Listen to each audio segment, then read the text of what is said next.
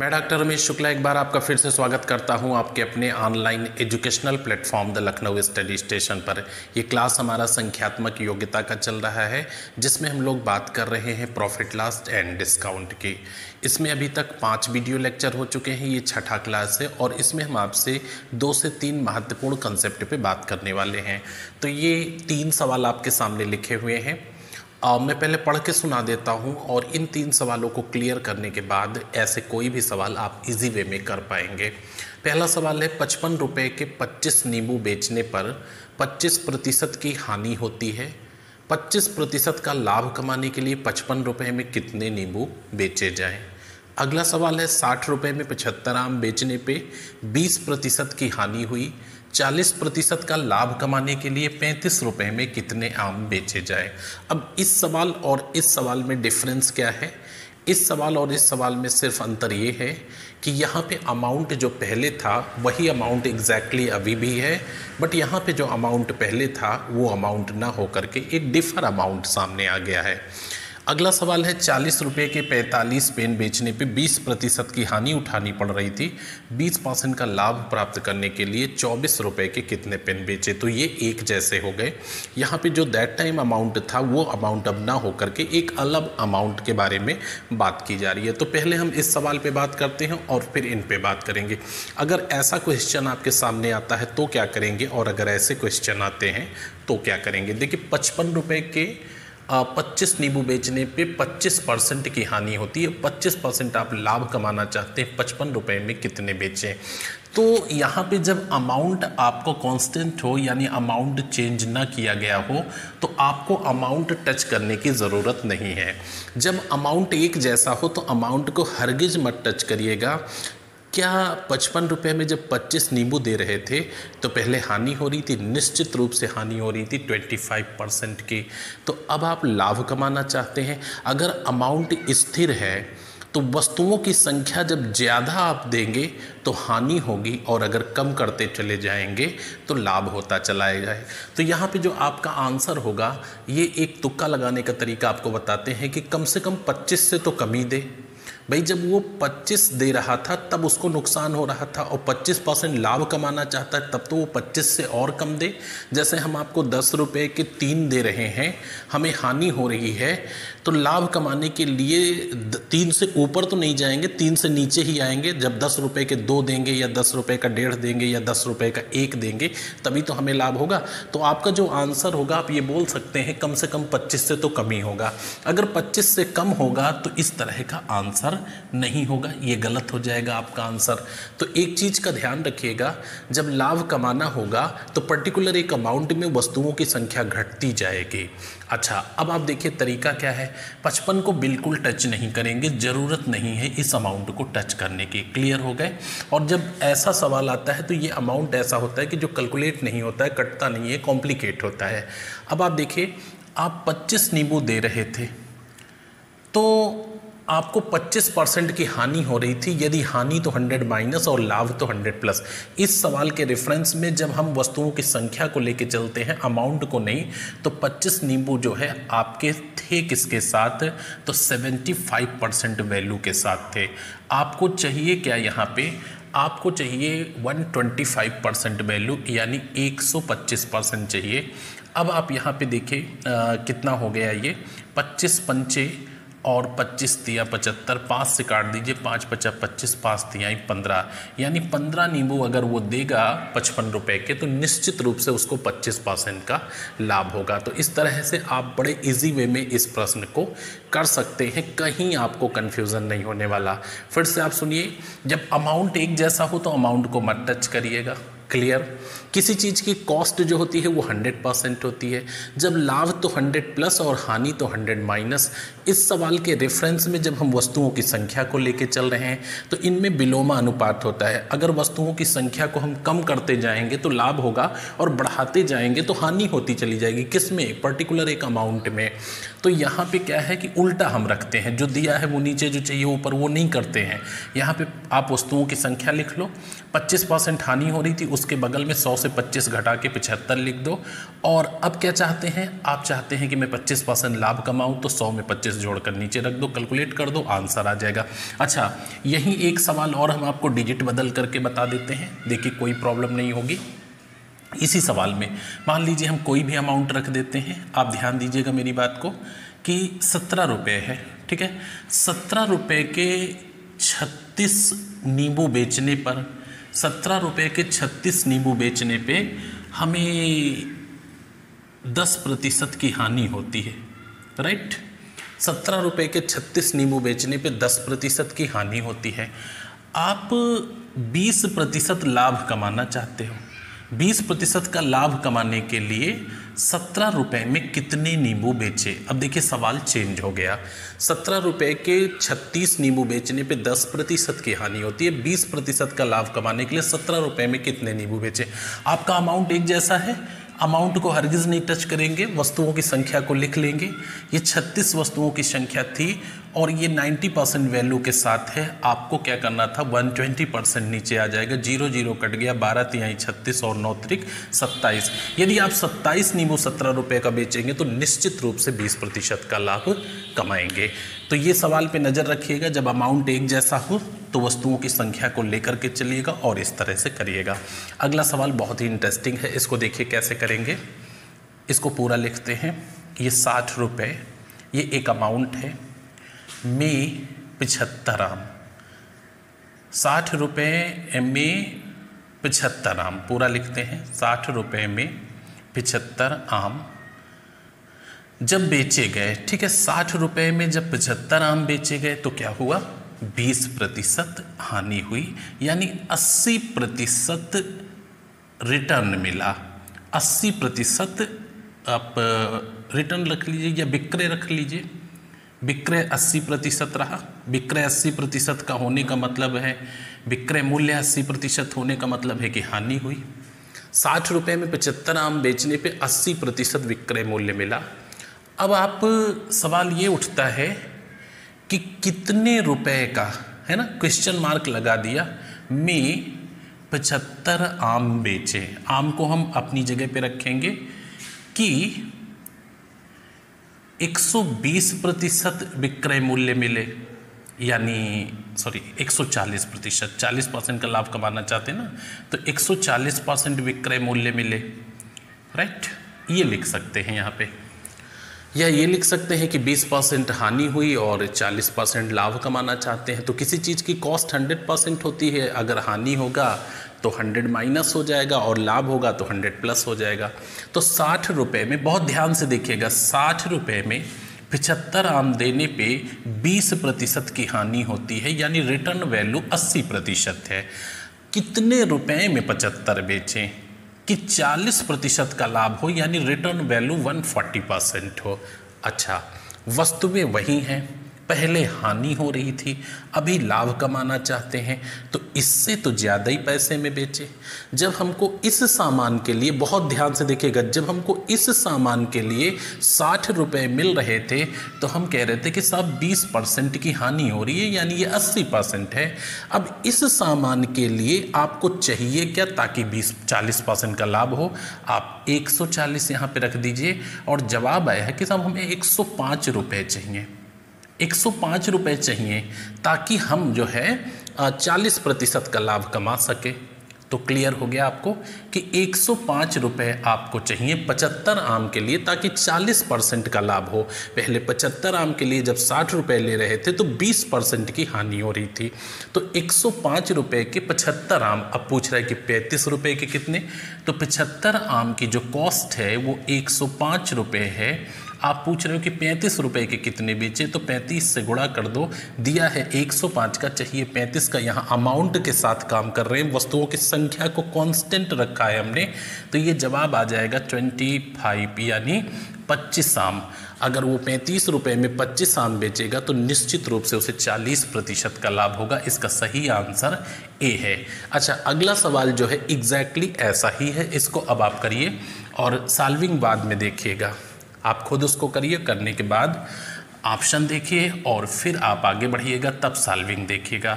मैं बता रहा हूँ आपको, अगला सवाल देख लीजिए।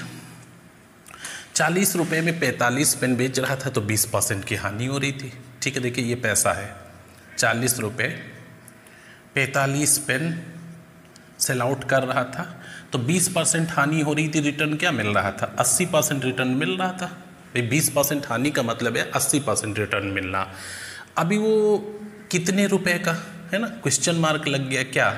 45 पेन बेचे, पेन को हमने यहाँ पे कांस्टेंट कर दिया, वैसे ही कर दिया कि उसको 20% का लाभ हो, 20% का लाभ हो, निश्चित रूप से इससे ज़्यादा का, क्योंकि जब इस सामान के लिए हमें 40 रुपये मिल रहे थे तो मैं कह रहा था कि साहब 20% की हानि हो गई, तो इसी सामान के लिए कितने रुपए मिल जाए कि 20% का लाभ हो? तो आप इससे तो ज़्यादा ही ना। अब ये 40 रुपये क्या है आपका? 80% है ये, और आपको चाहिए क्या? 120%। जवाब आया आपको 60 रुपये मिलने चाहिए। अच्छा, तो इसकी जगह क्या आ गया? 60 रुपये आ गया। अब क्या होगा? अब हमें लाभ होने लगेगा कितना? 20%। अच्छा, जब 45 पेन के हमें 60 रुपये मिल रहे थे तो 24 रुपये के कितने पेन? 12 पंचे 60 और 12 दूनी 24, 5 नवा 45 और 9 दूनी 18। 18 पेन अगर वो बेचेगा 24 रुपये के तो निश्चित रूप से उसको 20% का लाभ होगा। आपका सही आंसर डी है। तो इस पे ज़रा नज़र रखिएगा और आपको बहुत इंटरेस्टिंग लगेगा, ये सवाल पूछे जाते हैं। अगर ऐसा हो तो वस्तुओं की संख्या को लेकर काम करना, और अगर ऐसा हो तो वस्तुओं की संख्या नहीं बल्कि अमाउंट को लेकर के काम करना। थोड़ी प्रैक्टिस करना आ जाएगा। आइए नेक्स्ट पर। ये अगले 3 क्वेश्चन लिखे हुए हैं और इनको आप बहुत ही इजी वे में वर्बली कर सकते हैं, यहाँ पे लिखने की भी ज़रूरत नहीं पड़ेगी। बस एक बार सारे प्रश्न समझ लीजिए। एक चीज़ ध्यान रखिएगा, जो पहला वीडियो हमने आपको दिया है फर्स्ट प्रॉफिट लॉस डिस्काउंट का जो क्लास है, उसमें हमने आपको डेफिनीशन बताया है, और डेफिनीशन पे कमांड रखिएगा। सबसे पहले हमने क्रय मूल्य की डेफिनीशन बताई थी और एक चीज़ बताया था कि क्रय मूल्य बाई परसेंटेज 100 होता है और ये चेंजेबल नहीं होता है। किसी भी चीज़ की जो कॉस्ट है वो परसेंटेज की दृष्टिकोण से 100% होती है। यदि 100 प्लस में कोई चीज़ जा रही है परसेंटेज में तो निश्चित रूप से वो लाभ की तरफ जा रही है, और अगर 100 माइनस में कोई चीज़ जा रही है बाई परसेंटेज तो हानि की तरफ जा रही है। जबकि विक्रय मूल्य क्या होता है? ये चेंजेबल होता है। जब लाभ के साथ होता है तो 100 प्लस में चला जाता है, और जब हानि के साथ होता है तो 100 माइनस में आ जाता है। इस चीज़ का ख्याल रखिएगा। अब पहला सवाल आप देखिए, 4 नंबर। किसी वस्तु को एक निश्चित मूल्य पर बेचने पे कितने प्रतिशत का लाभ अथवा हानि होगी? किसी वस्तु को एक निश्चित मूल्य पर बेचने पर कितने प्रतिशत का लाभ अथवा हानि होगी? जबकि 7/9 मूल्य पर बेचने पे बताया गया कि 2% की हानि होती है। अच्छा, ये सवाल ऐसे भी पूछ लिया जाता है, निश्चित मूल्य की जगह खास मूल्य एक शब्द प्रयोग कर देते हैं। तो किसी वस्तु को एक खास मूल्य पर बेचने पे कितने प्रतिशत का लाभ या हानि होगी? यदि 11/12 मूल्य पर बेचने पे 32% का लाभ होता है। अगला सवाल और लिखा हुआ है, पढ़ लेते हैं। एक वस्तु को निश्चित मूल्य पर बेचने पे कितने प्रतिशत का लाभ होगा? जबकि 13/15 मूल्य पर बेचने पे 9% की हानि होती है। आप देखिएगा, इस सवाल को करने का कोई भी आपको ना तो ट्रिक्स पढ़ने की ज़रूरत है और ना ट्रेडिशनल मेथड। ध्यान से आप देखिएगा, जब आपको किसी वस्तु का 7/9 मूल्य प्राप्त हुआ, ठीक है, जब किसी वस्तु का आपको 7/9 मूल्य प्राप्त हुआ तो क्या हुआ? आपने कहा 2% हानि हो गई। 2% हानि हो गई तो मिला क्या आपको? जाहिर सी बात है 98%।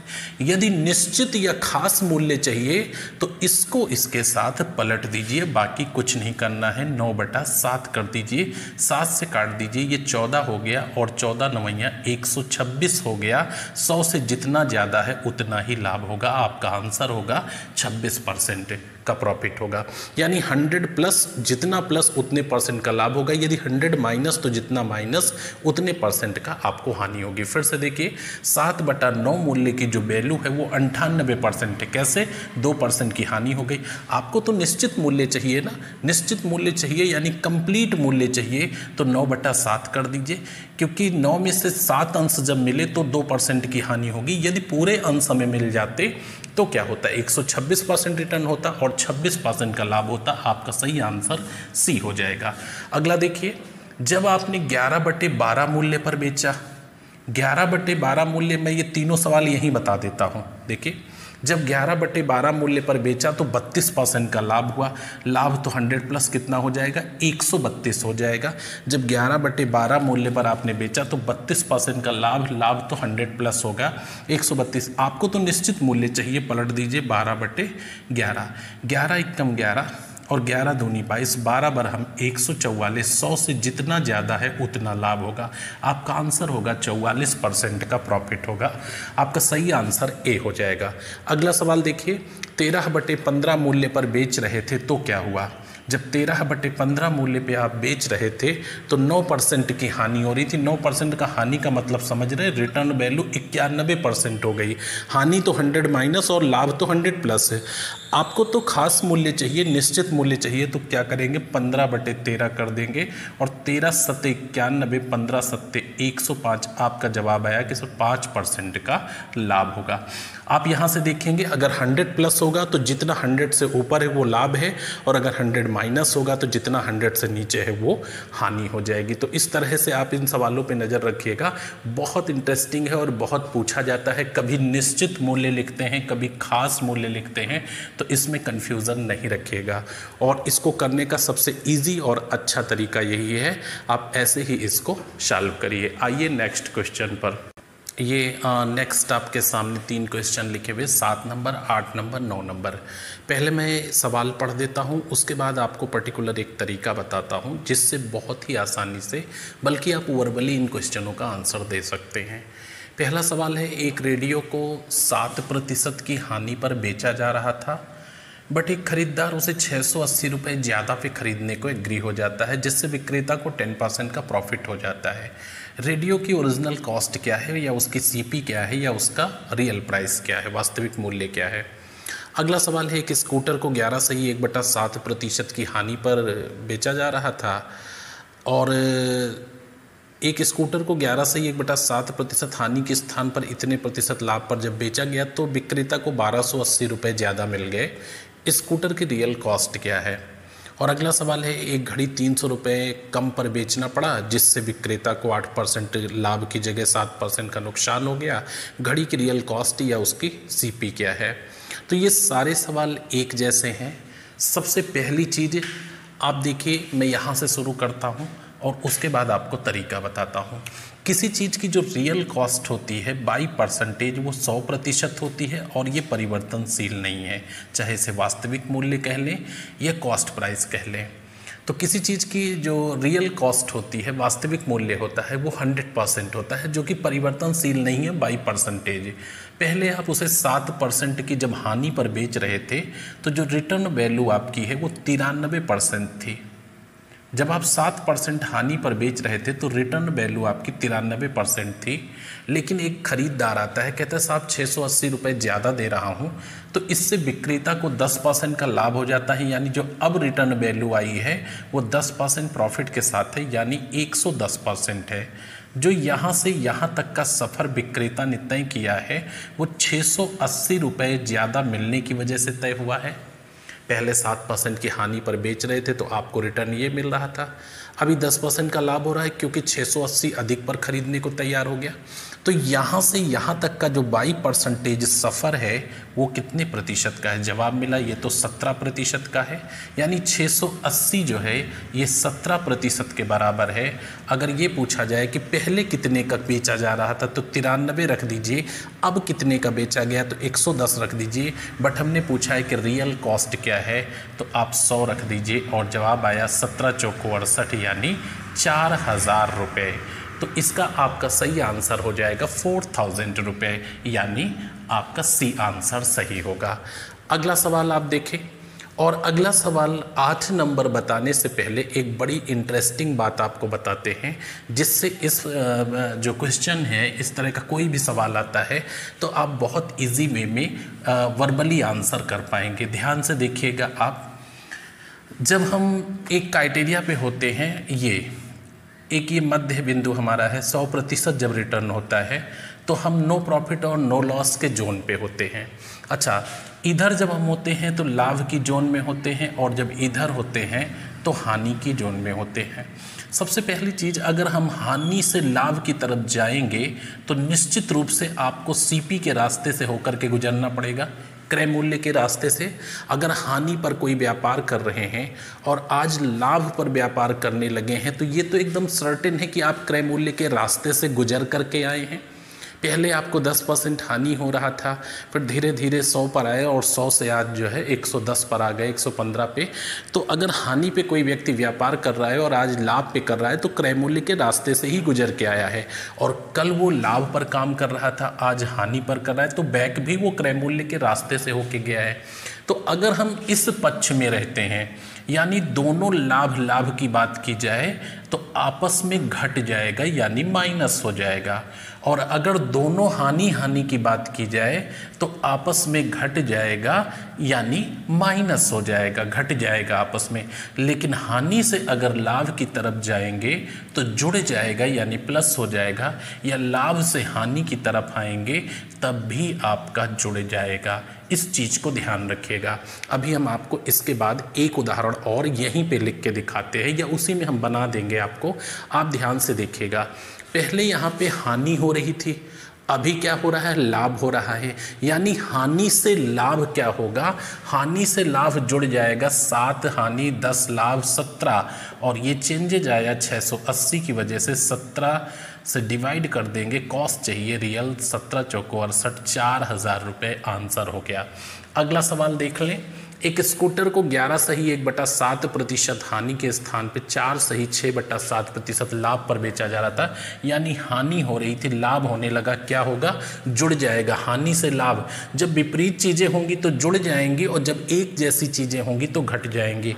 तो 11 सही 1/7% और प्लस 4 सही 6/7%, इन दोनों को जोड़ लो। मैंने संख्या पद्धति में पढ़ाया है आपको, 7 11 7 77 1/78/7 नहीं करने की जरूरत है। पूर्णांक जोड़ो, कितना हुआ 15, और इसको साइड में रखो 15 को, और 1/7 और 6/7, तो हर बराबर है 7/7, यानी 1 हो गया, और 15 1 कितना हो गया, 16 हो गया। तो 1280 आपका क्या है, 16% है, और चाहिए रियल कॉस्ट यानी 100%। तो ये 16 अच्छे 128 होता है, और आपका आंसर आ गया, ये तो 8000 रुपये का है। तो अगर लाभ से हानि, हानि से लाभ हो, कैसा भी हो, जुड़ जाएगा। आप यहाँ पे जब घटाने जाएंगे 100 से तो बहुत दिक्कत होगी, लेकिन आप एक चीज़ देखते हैं कि पहले हानि हो रही थी, अब लाभ हो रहा है, यानी हानि से लाभ विपरीत चीज़ें हैं, जुड़ जाएंगी। तो 11 और 4 15 हो गया, 1/7 6/7 7/7, यानी 1 हो गया, यानी 16% की वजह से 1280 अधिक मिला है, यानी 1280 ही 16 है, चाहिए रियल कॉस्ट यानी 100। अब आप ये नीचे वाला क्वेश्चन बहुत तेज़ी से बता पाएंगे। 8% लाभ की जगह 7% की हानि होने लगी, 8 7 15, 300 ही 15 है, 15 दूनी 30, 100 से गुणा कर दीजिए, 2000 रुपये इसका आंसर हो गया। यानी आप बहुत तेज़ी से वर्बली आंसर कर सकते, कहीं कन्फ्यूज़न नहीं होगा। एक घड़ी को 300 रुपये कम पे बेचना पड़ा, जिससे 8% लाभ के स्थान पे 7% की हानि हो गई। 8 और 7 क्या होगा, 15 होगा, और ये फ्लैक्चुएशन 300 रुपये की वजह से हुआ है, चाहिए कॉस्ट यानी 100%, 15 दूनी 30 यानी 2000 रुपये, ये आपका आंसर हो गया। अच्छा, एक चीज़ यहाँ पे ध्यान रखिएगा, और मैं यहीं आपको तुरंत 60 में बता देता हूँ। देखिए होता क्या है कि जैसे मान लीजिए एक वस्तु को हम 18% लाभ पर बेच रहे थे, ठीक है, 18% लाभ पर बेच रहे थे, वस्तु में कुछ डैमेज हो गया, कुछ खराबी हो गई, जिससे सिर्फ हमें 4% लाभ पर बेचना पड़ा, 4% लाभ पर बेचना पड़ा, और इसकी वजह से हमें 700 रुपये कम मिले, 700 रुपये कम मिले। अब सवाल को समझिएगा ध्यान से, मैं शब्दों में नहीं लिख रहा हूँ। एक मान लीजिए हमारे पास मोबाइल था और उसको हम 18% के लाभ पे बेच रहे थे, मोबाइल में कुछ प्रॉब्लम आ गई तो सिर्फ 4% लाभ लेकर के हमने बेच दिया, और पहले के कंपैरिजन में मालूम नहीं कितना पैसा पहले मुझे मिल रहा था, जितना भी मिल रहा था आज की डेट में उससे 700 रुपये कम मिले। तो पहले लाभ पर बेच रहे थे, अभी भी लाभ पे बेच रहे हो ना। जब एक जैसी चीज़ें होंगी तो घट जाएंगी। कितना हो गया? 14%। तो 700 ही 14 है, चाहिए रियल कॉस्ट यानी 5,000 रुपये। 14 पंचे 70। तो जब लाभ लाभ होगा तो घट जाएगा, हानि हानि होगी तो घट जाएगा, लाभ से हानि, हानि से लाभ जुड़ जाएगा। अच्छा, जैसे एक सवाल और यहाँ पे उदाहरण के तौर पे आपको दे देता हूँ कि पहले मैं एक स्कूटर को 20% हानि पर बेच रहा था। एक स्कूटर को मैं 20% हानि पर बेच रहा था, लेकिन एक खरीदार उसके लिए 1,500 रुपये अधिक देने को तैयार हो गया, जिसकी वजह से मुझे सिर्फ 10% की हानि हुई। 10% की हानि हुई। स्कूटर की रियल कॉस्ट क्या है? तो आपको पहले भी तो हानि हो रही थी और अभी भी हानि हो रही है। तो हानि से हानि क्या होता है? घट जाता है। 20 और 10 का अंतर क्या हो गया? 10 हो गया। रियल कॉस्ट चाहिए, ये हो गया 0 0 काट दीजिए।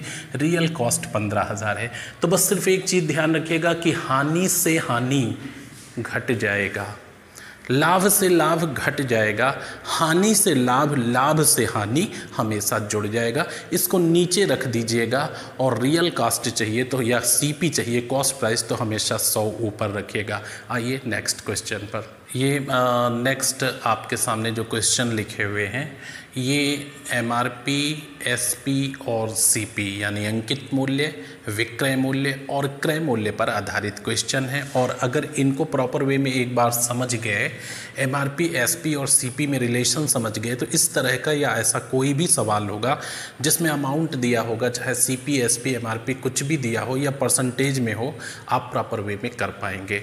आप देखिए यहाँ पे क्वेश्चन नंबर 10 क्या लिखा है कि एक वस्तु पर जब 10% की छूट दी जा रही है तो 20% का लाभ हो रहा है। अगर इस वस्तु पर 20% की छूट दी जाए तो कितने प्रतिशत का लाभ होगा? एक चीज़ ध्यान रखिएगा, जब छूट का ग्राफ ऊपर की तरफ चलेगा यानी छूट का ग्राफ बढ़ता जाएगा तो जो विक्रेता का लाभ है यानी सेलर का जो प्रॉफिट है वो घटता जाएगा। और जब छूट का ग्राफ नीचे की तरफ आएगा तो सेलर का जो प्रॉफिट परसेंटेज है वो ऊपर की तरफ जाएगा। दोनों में बिल्कुल उल्टा संबंध होता है। जब मैं आपको 10% डिस्काउंट दे रहा था तब मुझे 20% का प्रॉफिट हो रहा था।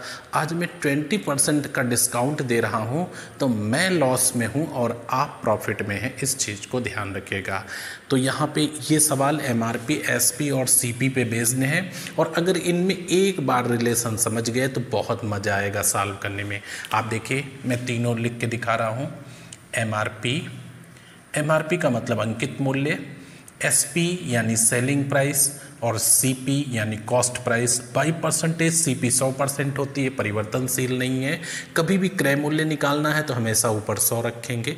जो ये विक्रय मूल्य होता है ये परिवर्तनशील होता है, लाभ के साथ 100+ और हानि के साथ 100-। एमआरपी छूट सदैव अंकित मूल्य पर दिया जाता है और बाई परसेंटेज 100 होती है। जब कोई परसेंटेज छूट दी जा रही है तो 100- हो जाता है।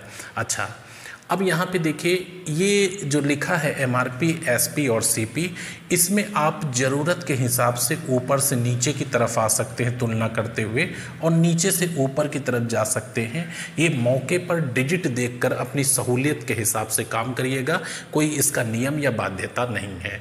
अच्छा, हमने एमआरपी को 100 रुपये इमेजिन कर लिया, ये तुलनात्मक अध्ययन है। 100 रुपये हमने एमआरपी को इमेजिन कर लिया। आप कह रहे हो 10% की छूट पर बेच रहा हूँ, तो अगर 100 रुपये का सामान 10% की छूट पे बेचोगे तो एसपी क्या होगा? 90 रुपये होगा। एक वस्तु को 10% छूट पर बेचा जा रहा था। अच्छा, 100 रुपये प्रिंटेड सामान को हम 90 रुपये का बेच रहे थे। तो जब आप 90 रुपये का बेच रहे थे तो क्या हुआ? जवाब आया, जब 90 रुपये का आप बेच रहे थे तो 20% का लाभ हुआ। यानी ये विक्रय मूल्य है और कैसा विक्रय मूल्य? 20% प्रॉफिट के साथ है, यानी ये 120% है। तो सीपी क्या होगी यानी कॉस्ट प्राइस क्या होगी? कॉस्ट प्राइस बाई परसेंटेज 100 होती है और इसको काट दीजिए, यहाँ पे 0 0 कट गया, 3 त्रिक का 9 और 3 चौक 12, 4 से इधर काट देंगे 25, यानी कॉस्ट प्राइस कितनी आ गई? 75 रुपये आ गई। तो यहाँ पे देखिए 3 चीज़ें लिख गई हैं। एमआरपी जब 100 होगी तो अकॉर्डिंग टू क्वेश्चन एसपी 90 रुपये होगा और सीपी 75 रुपये होगा। अच्छा, एसपी ग्रेटर दैन सीपी यानी विक्रय मूल्य क्रय मूल्य से ज़्यादा है, निश्चित रूप से लाभ होगा। कितना होगा? तो 15 रुपये का लाभ होगा। ये चीज़ क्लियर हो गई। अब 4 चीज़ें आपके सामने आ गई हैं, लाभ, विक्रय मूल्य, क्रय मूल्य और एमआरपी यानी अंकित मूल्य। आपसे क्या पूछा जा रहा है कि 20% की छूट दी जाए तो कितने प्रतिशत का लाभ होगा। यदि 20% की छूट दे तो कितने प्रतिशत का लाभ होगा ये बताइए। पहले 10% की छूट दे रहे थे तो 90 रुपये का बिक रहा था। अभी जब 20% की छूट इस पर आप देंगे तो 20% के डिस्काउंट के बाद छूट लिख लेता हूँ 80 रुपये हो जाएगा एसपी, 80 रुपये एसपी। लेकिन सीपी तो नहीं चेंज हो जाएगा, सीपी आपका 75 ही रहेगा। अब 75 रुपये सीपी है यानी कॉस्ट प्राइस, और 80 रुपये का बेचोगे। क्यों 80 का बेचोगे? क्योंकि आप अब छूट देने जा रहे हो कितनी, 20%। पहले 10% डिस्काउंट दे रहे थे तो 90 रुपये की बिक रही थी, जिसपे 20% प्रॉफिट हो रहा था। इसका मतलब ये 75 रुपये की थी। ये तीन चीज़ें बन गई, 15 रुपये का लाभ हो रहा था यहाँ पे आपको। अभी क्या है कि आप जब 20% डिस्काउंट दोगे तो कितने का बिकेगा, 80 रुपये का बिकेगा। तो 75 की चीज़ अब अगर 80 में बेचोगे तो कितना लाभ होगा, सिर्फ 5 रुपये का लाभ होगा। और लाभ हानि की गणना किस पे की जाती है, सदैव क्रय मूल्य पर इंटू 100। अगर इसको आप सॉल्व करोगे तो 6 सही 2/3% का आपको लाभ होगा। इसको सही तरीका ये है करने का, अगर आप इस फॉर्मेट पे करेंगे तो कतई आपको दिक्कत नहीं होगी और इजी वे में आंसर कर पाएंगे। आपका सही आंसर सी है। अगला सवाल देखिए, इसी तरीके पे हम आपको बताते हैं एमआरपी, एसपी और सीपी पे, और ये लिखा रहने देते हैं। देखिए इतना केवल हटा देते हैं। अब इतना ध्यान से देखिएगा और इसी पे बेस्ड ये क्वेश्चन है, इसीलिए हमने इसके बाद तुरंत इसको रखा है।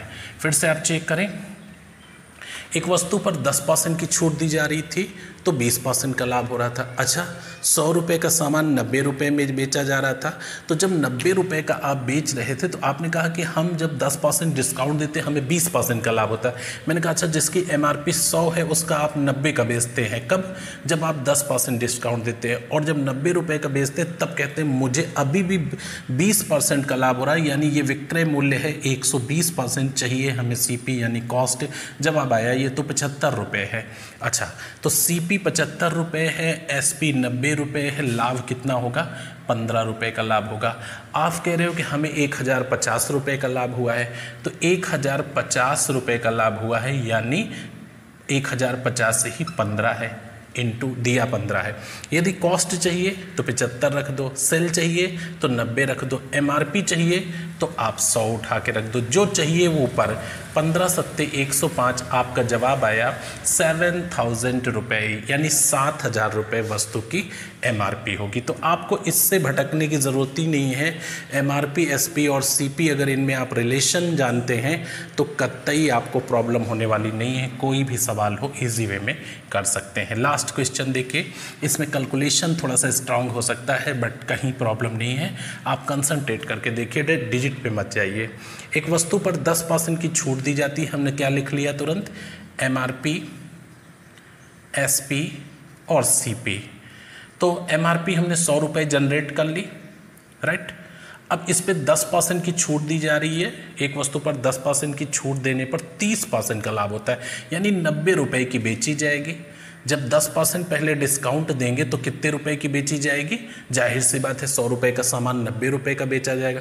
जब हमने 90 का बेचा तो आपने क्या कहा कि हमें 30% का लाभ हुआ है, यानी ये सेलिंग प्राइस है और ये 130% है। क्यों? क्योंकि 30% का लाभ हुआ। आपको क्या चाहिए, आपको सीपी चाहिए, यानी सीपी कितनी होती है 100, 0 कट गया, 900/13 रुपये। अब ये कैलकुलेट नहीं हो रहा, कोई प्रॉब्लम नहीं, 900/13 आपकी सीपी है। कॉस्ट प्राइस क्या है, 900/13। क्लियर हो गए होंगे, 0 कट गया, 900/13। अब आगे क्या कह रहा है, अगर 30% की छूट दी जाए तो कितने प्रतिशत का लाभ या हानि होगी। अगर आप यहाँ पे 30% डिस्काउंट दोगे, पहले 10 दे रहे थे तो 90 का बिक रहा था, अभी 30% आप अगर डिस्काउंट दोगे तो 70 रुपये एसपी हो जाएगा, 70 रुपये सेलिंग प्राइस। अब आपको इससे और इससे मतलब है, यहाँ पे देखिए कॉस्ट प्राइस यानी सीपी 900/13 रुपये है और जो सेलिंग प्राइस है यानी एसपी है वो 70 रुपये है। अब यहाँ पे SP greater than CP then profit होगा। देखता हूँ कि कितना लाभ होगा, 70 माइनस 900/13, तो 13 सत्ते 91 यानी 910 हो गया, 900 निकल गया, 10/13 का लाभ हुआ। 10/13 लाभ हुआ। लाभ और हानि की गणना किस पर करते हैं, तो कॉस्ट पे करते हैं। तो 10/13 का लाभ हुआ और लाभ हानि की वैल्यूएशन करेंगे आप सीपी पे, तो 900/13 और इंटू 100। यहाँ पे 13 कट जाएगा और आप देखिए यहाँ से 0 ये कट जाएंगे, कितना आ जाएगा, 10/9 आ जाएगा। और 10/9 का मतलब 1/9% का लाभ होगा। तो यहाँ पे डिजिट की वजह से परेशान होने की ज़रूरत नहीं है। अगर आप कैलकुलेशन अच्छा कर लेते हैं तो कतई दिक्कत नहीं होगी। आपका सही आंसर होगा 1/9% का लाभ होगा। तो ये आज के क्लास में हमने आपको 12 सवाल बताए और 4 टाइप के क्वेश्चन थे। 3 क्वेश्चन चारों टाइप के थे। इसके नेक्स्ट वीडियो में हम आपसे कुछ और इम्पॉर्टेंट क्वेश्चनों पे बात करेंगे। और अभी तक जो आपके 6 क्लास हुए हैं तो आप इसको पहले से शुरू करके 6 तक आइएगा। अगर आप कहीं से भी मिड से शुरू करते हैं तो हमारे आपके बीच संवाद खत्म हो जाएगा, लैप्स हो जाएगा संवाद का, फिर चीज़ें समझ में नहीं आएंगी और आपकी ज़्यादातर फिर क्वेरियाँ बनने लगेंगी। अगर इस कोर्स को इस हिसाब से बनाया गया है कि अगर कोई क्रम में देखता है तो उसकी सिंगल क्वेरी भी नहीं बनेगी। तो मिलते हैं नेक्स्ट क्लास में, तब तक के लिए शुभकामनाएं, धन्यवाद।